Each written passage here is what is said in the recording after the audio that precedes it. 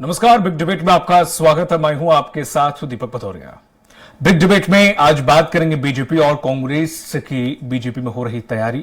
जी हां, लोकसभा चुनाव नजदीक है और ऐसे में बीजेपी और कांग्रेस 24 के बिसात बिछाने में जुटे हुए हैं। क्या है दोनों दलों की तैयारियां, इस पर देखिए खास रिपोर्ट। विधानसभा चुनाव में भाजपा के हाथों मिली करारी हार के बाद प्रदेश कांग्रेस ने लोकसभा चुनाव की तैयारी शुरू कर दी है। प्रदेश कांग्रेस अध्यक्ष जीतू पटवारी ने अनुषांगिक संगठनों की एक करके समीक्षा प्रारंभ की है, जिसमें सभी के लिए लोकसभा चुनाव के लक्ष्य निर्धारित किए जाएंगे। अपने पक्ष में मतदान प्रतिशत बढ़ाने के लिए बूथ स्तर पर संपर्क कार्यक्रम भी जल्द आरंभ होंगे। नवनियुक्त प्रदेश प्रभारी जितेंद्र सिंह भी आज भोपाल पहुंचे, जहां उन्होंने प्रदेश पदाधिकारियों, जिला कांग्रेस अध्यक्ष व प्रभारियों के साथ बैठक की।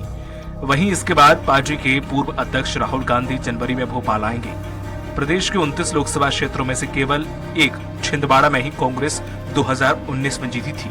पार्टी नेताओं का मानना है कि भले ही विधानसभा चुनाव में हार मिली हो, पर 10 लोकसभा क्षेत्र ऐसे हैं जहां कांग्रेस ने भाजपा पर बढ़त बनाई है। छिंदवाड़ा लोकसभा क्षेत्र में आने वाली सभी 7 विधानसभा सीटें कांग्रेस ने जीती है। इसी तरह मुरैना की 5, भिंड की 4, ग्वालियर की 4, टीकमगढ़ की 3, मंडला की 5, बालाघाट की 4, रतलाम की 4, धार की 5, खरगोन लोकसभा क्षेत्र की 8 विधानसभा सीटों में से 5 पर भाजपा को हार का सामना करना पड़ा है। एक सप्ताह तक प्रदेश कांग्रेस अध्यक्ष जीतू पटवारी अनुषांगिक संगठनों के साथ बैठक करके आगामी चुनाव के लिए लक्ष्य निर्धारित करेंगे। वहीं बूथ संपर्क अभियान जनवरी में प्रारंभ होगा, जिसमें सभी अनुषांगिक संगठनों की भूमिका निर्धारित होगी। जितेंद्र सिंह ने अपने पक्ष में मतदान प्रतिशत बढ़ाने को लेकर कार्य योजना बनाई है। हमारे संगठन के परिवार के लोगों को आज एकत्रित किया है। जो चिंतन होगा, जो समीक्षा होगी, जो आगे का रोड मैप होगा, उसको लेकर लोकसभा की तैयारियों को लेकर एक कांग्रेस पार्टी अपना पहला कदम उठा रही है। मैं मानता हूं आने वाला समय मध्य प्रदेश की जनता का और कांग्रेस के कार्यकर्ताओं का। जिला कांग्रेस कमेटी के अध्यक्ष, माननीय विधायक, उनके साथ साथ जो पीसीसी के प्रभारी हैं, उनके साथ आज बैठक है। आगामी लोकसभा चुनाव के लिए क्या हमारी तैयारी होनी चाहिए, किस तरह की प्रक्रिया चलेंगी, उसके ऊपर बैठक है।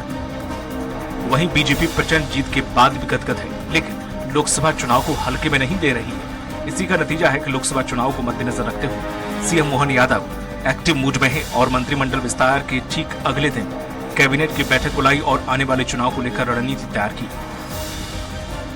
एमपी में मंत्रिमंडल गठन के बाद पहली कैबिनेट बैठक में मुख्यमंत्री डॉक्टर मोहन यादव ने मंत्रियों को अपने अपने क्षेत्रों में एक्टिव और अलर्ट रहने को कहा है। लोकसभा चुनाव की तैयारी के हिसाब से काम करने के भी निर्देश दिए गए हैं। सीएम ने कहा है कि विकसित भारत संकल्प यात्रा के साथ केंद्र और राज्य सरकार की योजनाओं के प्रचार प्रसार के लिए सभी मंत्रियों को काम करना है।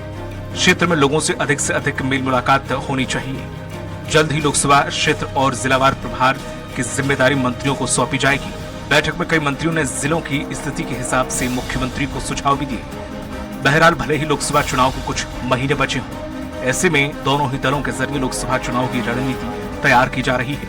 पिछले लोकसभा चुनाव में कांग्रेस का किला ढह गया था और कांग्रेस मध्य प्रदेश में सिर्फ एक सीट पर ही सिमट कर रह गई थी। ऐसे में कांग्रेस की कोशिश है कि विधानसभा चुनाव के जख्मों को लोकसभा चुनाव में सीटें बढ़ाकर भरे जाए, तो वहीं बीजेपी एक बार फिर से क्लीन स्वीप मूड में नजर आ रही है। ऐसे में देखने वाली बात यह होगी कि आने वाले चुनाव में कौन सा दल चुनावी दंगल में दूसरे दल को पटखनी देता है। सलमान खान, स्वराज एक्सप्रेस, भोपाल। और इसी पर ज्यादा चर्चा के लिए खास पैनल हमारे साथ जुड़ा हुआ है। बीजेपी प्रवक्ता हैं पंकज चतुर्वेदी। पंकज जी, आपको बहुत बहुत स्वागत है। कांग्रेस प्रवक्ता हैं आनंद जाट जी। आनंद जी, आपका बहुत बहुत स्वागत है। और वरिष्ठ पत्रकार हैं आशीष दुबे जी। आशीष जी, आपका बहुत बहुत स्वागत है। आनंद जाट जी, जिस तरह से देखा जाए संगठन में इस बार बदलाव हुआ है, काफी कुछ बदल गया है, नेता प्रतिपक्ष हो चाहे प्रदेश अध्यक्ष हो, ऐसे में क्या कुछ और बदला है? क्या चुनाव लड़ने की रणनीति बदली है? क्या कुछ जो विचारधारा या जो कॉन्सेप्ट चुनाव के समय चलते हैं उनके बारे में विचार किया गया, उनमें बदलाव हुआ है? क्या रणनीति इस बार रहेगी लोकसभा चुनाव में? देखिए, मध्य प्रदेश कांग्रेस में जो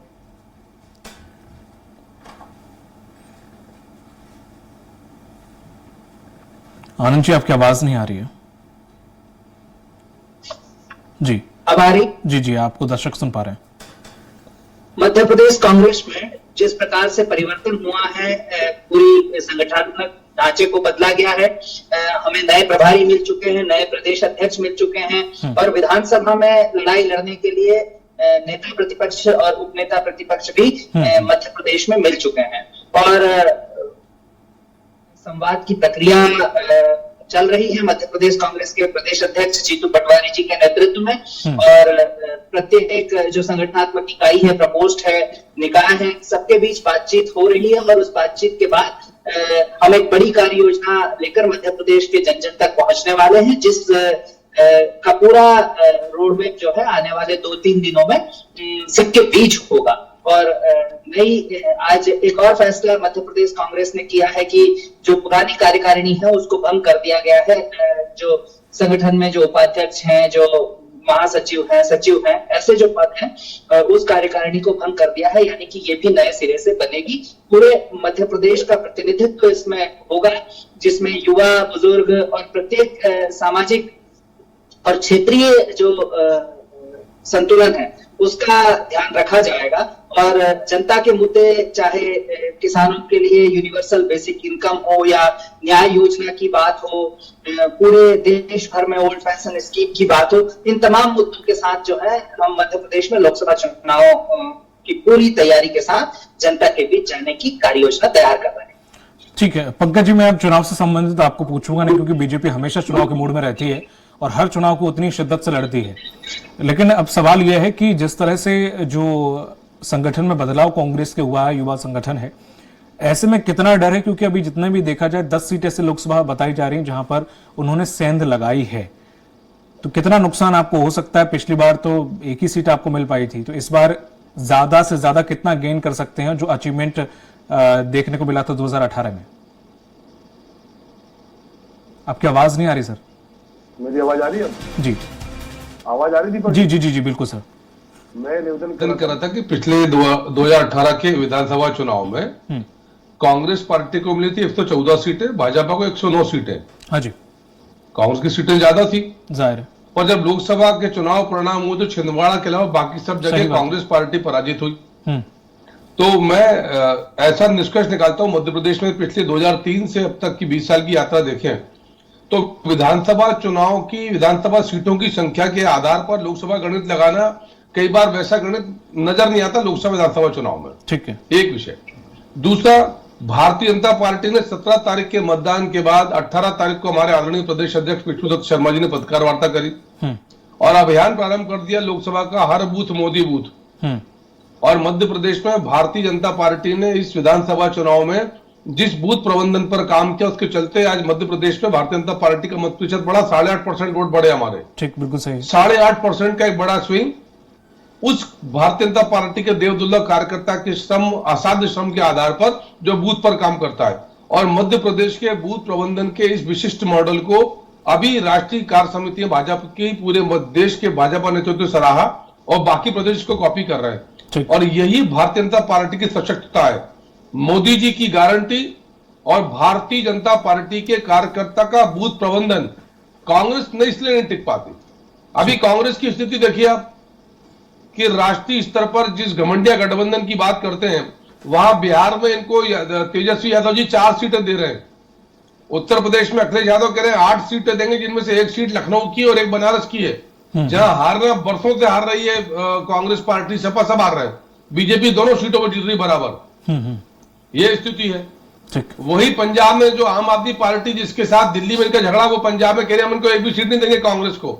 ये राष्ट्रीय स्तर पर विषय है, ये नाम नहीं तय कर पा रहे। आज शरद पवार जी ने कहा कि 77 में भी तो चुनाव लड़े थे, तब प्रतिपक्ष का कोई चेहरा नहीं था, क्या आवश्यकता है किसी का नेतृत्व घोषित करने की? जब मेजोरिटी आई तब देखेंगे। कांग्रेस के राष्ट्रीय अध्यक्ष जी का नाम आया, इनके एक सहयोगी दल ने उठाया, कांग्रेस से किसी के मुंह से कोई जवाब नहीं निकला। ये स्थिति कांग्रेस पार्टी की है। और अभी जो सर्वे मध्य प्रदेश का आया था दीपक जी, 58% वोट लोकसभा चुनाव में भारतीय जनता पार्टी के पक्ष में और 36% मत कांग्रेस के पक्ष में। ऐसा सी वोटर का एक बड़े चैनल के साथ सर्वे है, वो उनका विषय है, लेकिन वो सर्वे बहुत व्यापक है। तो भारतीय जनता पार्टी, मोदी जी की गारंटी, बूथ प्रबंधन कार्यकर्ताओं के श्रम के आधार पर आश्वस्त तो है कि अब की बार मध्य प्रदेश में 29 की 29 सीटों पर कांग्रेस का सुपड़ा साफ। ठीक है, जन कृपा भाजपा को प्राप्त होगी। ठीक है सर, मैं आपके पास लौटता हूँ। आशीष जी, क्या आईना बदल देने से चेहरा बदल जाता है, तस्वीर बदल जाती है?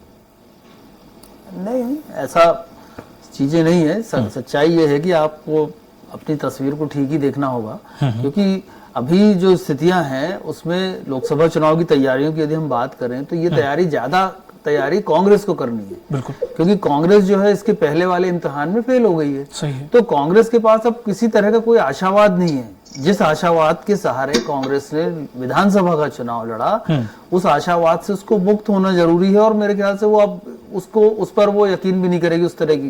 तो अगर मैदानी मेहनत कांग्रेस करती है या दिखा पाती और तो वो रिजल्ट परिवर्तित हो सकते हैं थोड़े बहुत। ऐसा नहीं है कि कांग्रेस की संभावना, कांग्रेस के पास अभी सब जगह पे वोट हैं, ऐसा नहीं है। उनकी नेटवर्किंग है मध्य प्रदेश में, और मध्य प्रदेश में इस मामले में थोड़ा खुशकिस्मत राज्य मानता हूं कि कुछ ऐसे ही राज्य हैं जहां पर दो दलीय व्यवस्था है और तीसरे दल छोटी मोटी भूमिका में है, कम से कम खिचड़ी जैसी स्थिति से बचा हुआ है। तो मैं हमेशा कहता हूं कि भाजपा की भी जिम्मेदारी है और कांग्रेस की भी है कि वो इस व्यवस्था को चलाए रखे। ठीक। तो अब ये तो एक दूसरी बात हो गई, लेकिन अगर कांग्रेस इस लोकसभा चुनाव में भी अगर ये बात मान के चलती है कि विधानसभा में हमें 8 सीट 10 सीटों पे लीड थी और हम वहां पे जीत जाएंगे, तो ये फिर वही मुगालता होगा।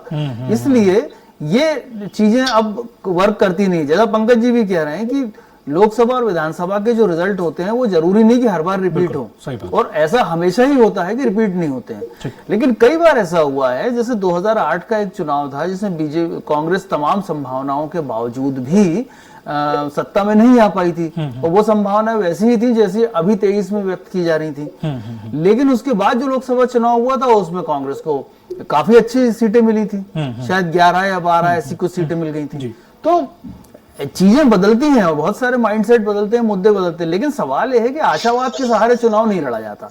मोटी सी बात सीधी है। बीजेपी के साथ एक खास बात है कि जो डबल इंजन उनकी जो गारंटी वाला जो मामला है वो इस लोकसभा विधानसभा चुनाव में चल निकला है, वो मध्य प्रदेश के लिए। तो अगर बीजेपी और बीजेपी के पास अपर हैंड इसलिए कि उसकी सरकार है, दूसरी बात, और 28 सीटें उसके पास हैं। लेकिन बीजेपी को भी उसी तरह से चुनाव लड़ना होगा, क्योंकि बीजेपी किसी और बड़े मिशन के लिए मध्य प्रदेश में चुनाव लड़ेगी। वो चुनाव जो है उनका केंद्र का जो मिशन है उसके तहत उनको परफॉर्म करना पड़ेगा। तो इसलिए ये चुनाव जो है उसी तरह से मुझे लगता है बीजेपी लड़ेगी जो विधानसभा चुनाव की तैयारियां और जो घेराबंदी के साथ लड़ा गया था। काफी सारे एक्सपर्ट्स बुलाए गए थे। तो अब वो चूंकि लोकसभा चुनाव में इतने सारे लोग एक साथ समय नहीं दे सकते हैं, तो उस मोमेंटम को यदि बीजेपी बनाए रखेगी तो ही बीजेपी के लिए ये जो 8-10 सीटों का कांग्रेस का जो एक वो दिखता है वो उसको काट पाएगी। ठीक है आनंद जी, जिस तरह से बीजेपी ने विधानसभा चुनाव में पूरा फेवर आपकी तरफ था, आप भी बोलते हैं कि सर्वे सारे हमारी तरफ थे, काफी कुछ आपके पास था, लेकिन अब लोकसभा चुनाव है जिसमें ज्यादा कुछ है नहीं आपके पास दिखाने के लिए या बताने के लिए, ऐसा बीजेपी कहती है। अब सवाल यह खड़ा होता है कि जिन्होंने प्रत्याशी भी जातिगत और क्षेत्रीय समीकरण को देखा, उसके बाद सीएम भी वैसा ही बनाया, अब मंत्रिमंडल में भी, यानी कि उन्होंने ऐसी किलेबंदी की है जाति समीकरण से लेकर क्षेत्रीय समीकरण को साधने में कि पूरा चौक कर दिया उन्होंने। चाहे वो ओबीसी वर्ग हो, चाहे वो आदिवासी वर्ग हो, एससी वो सामान्य वर्ग हो, पूरी तरफ से उन्होंने बिल्कुल लोकसभा की ऐसी सेज सजा दी है। कैसे पार पाना होगा? दीपक जी, बहुत अच्छा प्रश्न है। मुंशी प्रेमचंद ने कहा है कि जो सफलता होती है ना उसमें ऐप छुपाने की सबसे जबरदस्त शक्ति होती है।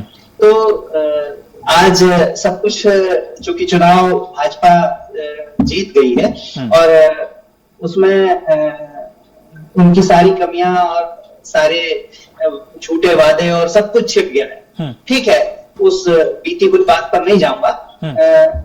भाजपा के प्रवक्ता बड़े अभिमान से अभी कह रहे थे भारत का जो अंग्रेजी नाम है इंडिया, उसको लेने में शायद उन्हें दिक्कत है, तो होती रहे, कोई फर्क नहीं पड़ता।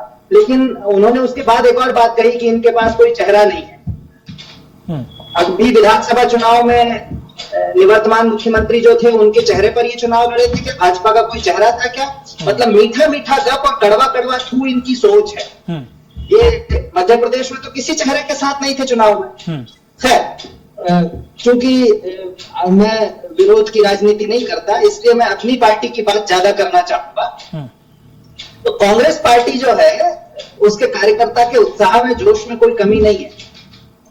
वो लड़ना चाहता है, वो जीतना चाहता है, और संघर्ष, संवाद, समन्वय जैसे कई सारे सूत्रों पर इस समय हम काम कर रहे हैं। और जो कमी विधानसभा चुनाव में रही है, हम दोबारा जनता के बीच जाना चाहते हैं और जा रहे हैं, और जहां कमी रह गई है जनता से फिर संवाद करेंगे, और जो रूठे हैं उन्हें फिर मनाएंगे। और उसके बाद आप देखेंगे दीपक जी की जब लोकसभा चुनाव होंगे तो जनता का मन और मत दोनों कांग्रेस पार्टी के पक्ष में होगा, और हम इस बदलाव के साक्षी बनेंगे, और जिस दिन चुनाव परिणाम आएगा हम फिर साथ इसी विषय पर बैठेंगे। ठीक है। जिस तरह चतुर्वेदी जी, जिस तरह से अभी जो परिवर्तन देखने को मिला, हालांकि बीजेपी जिस तरह से नियम कानून वाली पार्टी है वो बड़ा साध के सब कुछ हो गया, सब कुशल मंगल रहा, चाहे वो मंत्रिमंडल की शपथ ग्रहण तक का हो, लेकिन जिस तरह से मामा जी को रिप्लेस, उनकी जो पहले से कैबिनेट थी उसमें से कई लोगों को बिठा दिया गया, बल्कि वो तो सीएम की रेस में अपने आप को समझते थे, पर उन्हें बिल्कुल ही बिठा दिया, उन्हें मंत्री तक नहीं बनाया। इस बड़े नाम भी आप भी बहुत अच्छे से जानते हैं। तो कहने को तो कोई एंटी इनकम्बेंसी नहीं है, क्या ये लोकसभा चुनाव में थोड़ा सा रहा मुश्किलात पैदा कर सकते हैं ये नाम, जो बड़े बड़े दिग्गजों को आपने साइडलाइन कर दिया है, चाहे उनमें मुख्यमंत्री, पूर्व मुख्यमंत्री भी शामिल हैं? देखिए दीपक जी, भारतीय जनता पार्टी में काम करने की अपनी एक रीति नीति और शैली है। भारतीय जनता पार्टी में हर कार्यकर्ता के मूल भाव को जीवित रखते हुए आजीवन काम करता है। ठीक। और कार्यकर्ता को यह पता है कि समय काल परिस्थिति के आधार पर संगठन जो निर्णय करेगा उस भूमिका का निर्वहन करेगा। किसी कार्यकर्ता को कहा जाता है कि उनको चुनाव लड़ना है, किसी कार्यकर्ता को मंत्री बनने का दायित्व, किसी को मुख्यमंत्री का दायित्व, प्रधानमंत्री जी भी कार्यकर्ता है, राष्ट्रीय अध्यक्ष जी भी कार्यकर्ता है, प्रदेश अध्यक्ष जी भी कार्यकर्ता है, और सब कार्यकर्ता इसके पहले अलग अलग भूमिकाओं में थे, आज अलग भूमिकाओं में। तो ऐसे ही भारतीय जनता पार्टी में पॉलिटिकल हैवीवेट या पॉलिटिकल लाइटवेट जैसी शब्दावली नहीं है। ये संभवतः प्रतिपक्ष की कांग्रेस की डिक्शनरी हो सकती है। यहाँ सब समान कार्यकर्ता है। और आप सबने यदि मुख्यमंत्री शिवराज जी को, चुनाव पूर्व मुख्यमंत्री शिवराज जी को स्पष्ट तौर पर उन्होंने कहा कि 18 साल तक, मैं जब 2005 में, शिवराज जी के शब्द है कि जब 2005 में सीएम बना था तो यही चर्चा थी। और ऐसा खाली क्या बीजेपी में हुआ है? आशीष जी बैठे हैं, अभी तो पुराने पत्रकार है, मुझे आप स्क्रीन पर नहीं दिख पा रहे तो नहीं जान पा रहा कितने पुराने पत्रकार हैं आप। जी जी। 1993 में जब दिग्विजय सिंह जी मध्य प्रदेश के मुख्यमंत्री बने थे कांग्रेस के, ठीक है, तब कांग्रेस पार्टी में श्यामाचरण जी, विद्याचरण जी, मोतिलाल वोरा जी, अर्जुन सिंह जी, माधवराव सिंधिया जी, सारे के सारे बड़े नेता मौजूद थे, अजीत जोगी जी भी थे, ठीक है, पर मुख्यमंत्री बनाए गए सबसे युवा दिग्विजय सिंह जी। ठीक। तो ये उनका निर्णय था। ठीक। तो ये राजनीतिक व्यवस्थाएं तय करती है वो, पर कांग्रेस में उत्पात और विद्रोह हो जाता है। भारतीय जनता पार्टी में कार्यकर्ता को पता है कि संगठन ने जो कहा वही स्वीकार भी, शिरोधार भी, इसलिए कहीं कोई दिक्कत नहीं आती। आप देखिए कि इस बार कार्यकर्ताओं की दम पर, मोदी जी की गारंटी के आधार पर, डबल इंजन की सरकार के आधार पर पूरी कांग्रेस पार्टी, मंत्रिमंडल बन गया था इनका, विभाग बढ़ गए थे, एक भोपाल में विश्वविद्यालय पत्रकारिता के कुलपति के नाम चलने लगे। ठीक है। कुछ प्रवक्ताओं ने अपने निगम मंडल तय कर लिया, हमको मिलते थे डिबेट में, भाई साहब गए आप तो बीजेपी गई, अब हम यहाँ आने वाले। ठीक। और हम लोग मनी मन मुस्कुराते थे कि भाई ठीक बात है, आपका अधिकार है आशा रखना, पर सामने वाले को इतना कमजोर समझना। और फिर बाद में हम अब देख रहे हैं कैसे बहाने तलाश रहे हैं। आप बताइए, मैं तो एक उदाहरण देता हूं दीपक जी, बुधनी से वो कौन सज्जन थे जिनको पूर्व मुख्यमंत्री शिवराज जी के खिलाफ चुनाव लड़ाया, उनका मीडिया में बयान सुनिए कि मुझे शिवराज जी के खिलाफ मैदान में उतार दिया। न कमलनाथ जी सभा लेने आए, न दिग्विजय सिंह जी आए, न फिरोज गांधी जी के परिवार से राहुल जी, प्रियंका जी आए। ये ऐसे चुनाव लड़ाया जाता है। इस प्रकार की स्थिति, कितनी रैली करी कांग्रेस के लोगों ने, हम बराबर यात्राएं, सतत संवाद, 6 महीने 8 महीने घर घर काम, एक एक योजना पर बातचीत, तो उस ढंग से काम होता है। ये कांग्रेस का निर्णय, वो क्या करे कैसे करे, लेकिन हम यानी भारतीय जनता पार्टी में हर कार्यकर्ता कमर कसकर तैयार है कि 2024 में मोदी जी फिर एक बार, मोदी जी की गारंटी, भाजपा का भूत प्रबंधन, जन कृपा, फिर भाजपा की सरकार देश में जनसेवा को तैयार। ठीक, ठीक है। आशीष जी, जिस तरह से कांग्रेस, आप भी हमेशा से कहते रहे हैं डिबेट पे कि एक जो मूल ट्रैक है वो कांग्रेस पकड़ नहीं पा रही है और शायद इसी वजह से वो कहीं ना कहीं हर बार हार का सामना करती है, चखती है स्वाद। तो क्या अब जो युवा आए हैं इनसे कितनी उम्मीद की जा सकती है कि हाँ ठीक है, युवा तो बदल दिए, संगठन में परिवर्तन तो हुआ है, लेकिन मूल धारणा वही है, वही ट्रैक है जिस पर अब तक कांग्रेस चलती आई है, अगर इसी पे चली तो क्या परिणाम होंगे? क्या कांग्रेस को बदलाव करने की जरूरत है? नहीं, देखिए, कांग्रेस को बदलाव की जरूरत तो जो थी वो पहले तो 2018 में थी, जो किया गया और वो ठीक हुआ, ठीक है, उसमें काम हुआ। फिर कांग्रेस को जब बदलाव की जरूरत 2020 में थी, वो 23 के आखिरी भी किया गया है, ये मैं उसमें सीधा कहूंगा। क्योंकि जब 2020 में सरकार गिर गई थी, उपचुनाव में भी बहुत अच्छे रिजल्ट नहीं आए थे। वो अलग बात है कि कोविड और वो दौर आ गए थे तो कई सारी चीजें खड़ी हो गई, लेकिन ये बदलाव यदि उस वक्त होता 2020 में, जीतू पटवारी नहीं कोई भी आते, एक बदलाव यानी युवा फेस आपको देना था। जब आपका एक युवा फेस नाराज होकर गया था, युवा वाली बात वहां पर खड़ी हो गई थी और एक इम्तिहान आप लगभग फेल ही हो गए थे, आपकी सरकार आपके हाथ से चली गई थी। यदि ये बदलाव उस वक्त होता, किसी के जरिए भी होता, युवा परिवर्तन उस वक्त आता, तो ये ज्यादा कारगर होता बजाय इसके। अब चूंकि ये परिणाम आ गए और उसके बाद हम बात कर रहे हैं तो ये कहा जा सकता है कि परिणाम, लेकिन चीजें देखने में कुछ चीजें समझ में आती है बाद में कि लोग क्या चाहते थे, क्या लोगों का माइंडसेट था। तो कई बार ऐसा होता है, देखिए, और फिर कांग्रेस जिस तरह से चलती रही है, कांग्रेस में बहुत ज्यादा उस तरह का परंपरा और अनुशासन की अपेक्षा नहीं होती जैसी भाजपा में है, लेकिन कांग्रेस अपनी उसी चरित्र से जीतती है, उसी से हारती है, तो वो उसकी कोई ना कमजोरी है ना खूबी है। लेकिन सवाल यह है कि अब जो युवा परिवर्तन आया है, तो उस युवा परिवर्तन को भी ये देखना होगा कि कांग्रेस में क्षत्रप संस्कृति चलती है, सबकी अपनी अपनी इलाकेदारी है। तो यदि वो संतुलन और तालमेल बनाने की कोशिश नहीं की गई और यही सोचा गया कि हम युवा हैं, यही परिवर्तन असरकारी है, तो फिर दिक्कत होगी। तो उसको धीरे धीरे चीजों को ट्रैक से बदल के नए ट्रैक पर लाना पड़ेगा। ठीक है आनंद जी, जो आपने INDIA गठबंधन जो किया है, कहीं ना कहीं वो आपके लिए जब से वो गठबंधन बना। दीपक जी जी जी, मेरा नाम आनंद है जी जी, तो आप उस नाम को आनंद लेंगे या ANND बोलेंगे? ठीक है, चलो आपकी सुविधा है, आपको कानों को जो अगर आपको अच्छा लगे तो मैं इंडिया बोल देता हूं, ठीक है। क्योंकि हमने नाम तय किया है, हमारे गठबंधन ने नाम तय किया है, तो हम अगर ये कह रहे हैं कि वो इंडिया गठबंधन है, तो आपको भी उस सम्मान को रखते हुए इंडिया गठबंधन ही कहना चाहिए, या आपको भारत का नाम अंग्रेजी में लेने में दिक्कत है क्या? नहीं, स्पेलिंग आई थिंक मुझे गलत नहीं बोली शायद। नहीं, अंग्रेजी में पूरा नाम लेने में दिक्कत है क्या? नहीं, अगर मैंने उसमें आगे पीछे कुछ लगाया होता तो शायद आप कह सकते थे, लेकिन आपके कानों को अच्छा लगे तो इसलिए मैं उसको इंडिया भी बोल देता हूं। चलिए, आप मतलब आप खुश रहे कुल मिला के। नहीं, आप मैं उसी बात को दोबारा कहता हूं कि भाजपा प्रवक्ता का तो समझ में आता है कि उसे अंग्रेजी में इंडिया का नाम लेने में दिक्कत है, वो समझ में आता है, लेकिन मीडिया को क्या दिक्कत होनी चाहिए, मुझे ये समझ नहीं आता। आपका प्रश्न बताइए। चलिए ठीक है, चलो प्रश्न पे आए आप। हालांकि आप भी मुझे DWPA के बोल सकते हैं, कोई दिक्कत नहीं मुझे। अब मुद्दे पे आते हैं कि जिस तरह से आपका इंडिया जो गठबंधन है सर, वो जब से बना है तब से आपको ऐसा लगता है कि वो कहीं ना कहीं आपके लिए मुसीबतें ही पैदा कर रहा है, लाभकारी तो कहीं साबित हुआ नहीं है, ऐसा कांग्रेस समझती है? क्या इत्तेफाक रखती है? देखिए, क्या है कि भारत जो है, भारत के बारे में एक उक्ति है कि कोस कोस पर पानी बदले, 4 कोस पर वाणी। तो भारत विविधताओं में एकता वाला देश है, बिल्कुल है। हर प्रदेश की संस्कृति अलग है, हर जगह की भाषा अलग है, विचार अलग है लोगों के।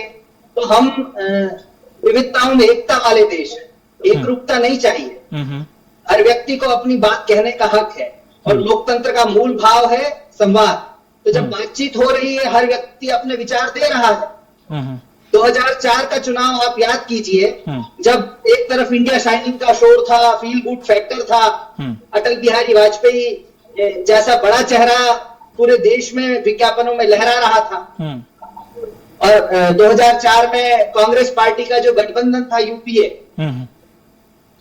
उसका कोई एक प्रधानमंत्री का चेहरा नहीं था, लेकिन उसके बावजूद कांग्रेस पार्टी सत्ता में आई। तो ये केवल नरेशन की बात है कि कौन क्या नरेशन उठाना चाहता है। मैंने बताया पिछले वक्तव्य में कि मीठा मीठा गप और कड़वा कड़वा थू है।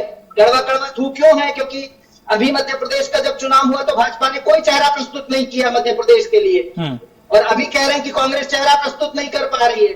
तो जब असहमति होती है तो उसमें संवाद की गुंजाइश रहती है। और असहमत, हम सहमत होने के लिए असहमत हो रहे हैं, तो सहमत होंगे हम, लेकिन अभी असहमतियों के माध्यम से बातचीत आ रही है, संवाद हो रहा है।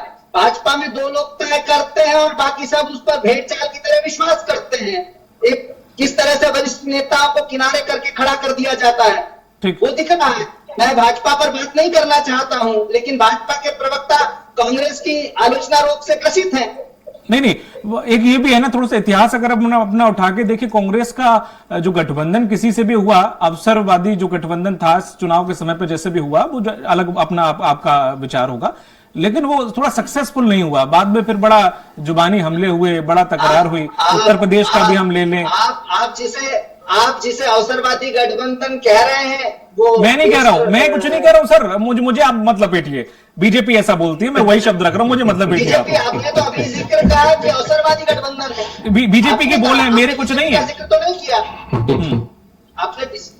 आपने बीजेपी का जिक्र तो नहीं किया सर। मैं अब बोल दिया ना, आप जैसे उठाए वैसे तुरंत बोल दिया मैंने, क्योंकि ये कहने को मिलता है बाद में कि फलाने का प्रवक्ता, इसलिए मैं पीछे हट गया तुरंत। ये सब कुछ बीजेपी का सर, मेरे भी मतलब पिटना आप। क्या पूछ रहे थे आप? मेरा सवाल ये था कि पिछला अतीत अगर हम देखें तो थोड़ा सा सक्सेसफुल नहीं हुआ आपका जो भी अलायंस हुआ, चाहे हम उत्तर प्रदेश में देख लें अखिलेश यादव के साथ हुआ। हाँ, ठीक बात है, लेकिन इस देश में आज भी भारतीय जनता पार्टी की जो सरकार केंद्र में है, उसमें कितने दल शामिल हैं, शायद आपको जानकारी होगी। आनंद जी थोड़ा सा माफी चाहूंगा, थोड़ा समय कम है, थोड़ा संक्षिप्त में रखिएगा थोड़ा सा। नहीं, मैं वही कह रहा हूं कि गठबंधन है, ठीक है, जनता नहीं स्वीकार कर रही है, नए सिरे से जाएंगे, बात करेंगे। ठीक है, जो जहां मजबूत है, हम एक रूपता वाले नहीं है, हम देश की एकता वाले। ठीक है, चलिए, बहुत अच्छी बात है और उम्मीद है कि आप लोकसभा में अच्छा प्रदर्शन करेंगे। बहुत बहुत शुक्रिया पंकज जी, आनंद जी, आपका बहुत धन्यवाद दीपक जी, तीनों लोगों का बहुत बहुत शुक्रिया इस पर चर्चा में जुड़ने के लिए। तो जिस तरह से देखा जाए, दोनों ही दल अपनी अपनी तैयारी में जुटे हुए हैं। अब देखना यह होगा कि आने वाला लोकसभा चुनाव जो अग्नि परीक्षा से कम नहीं है कांग्रेस के लिए, उसमें कांग्रेस कितना कुछ कर पाती है। मुझे दीजिए इजाजत, नमस्कार।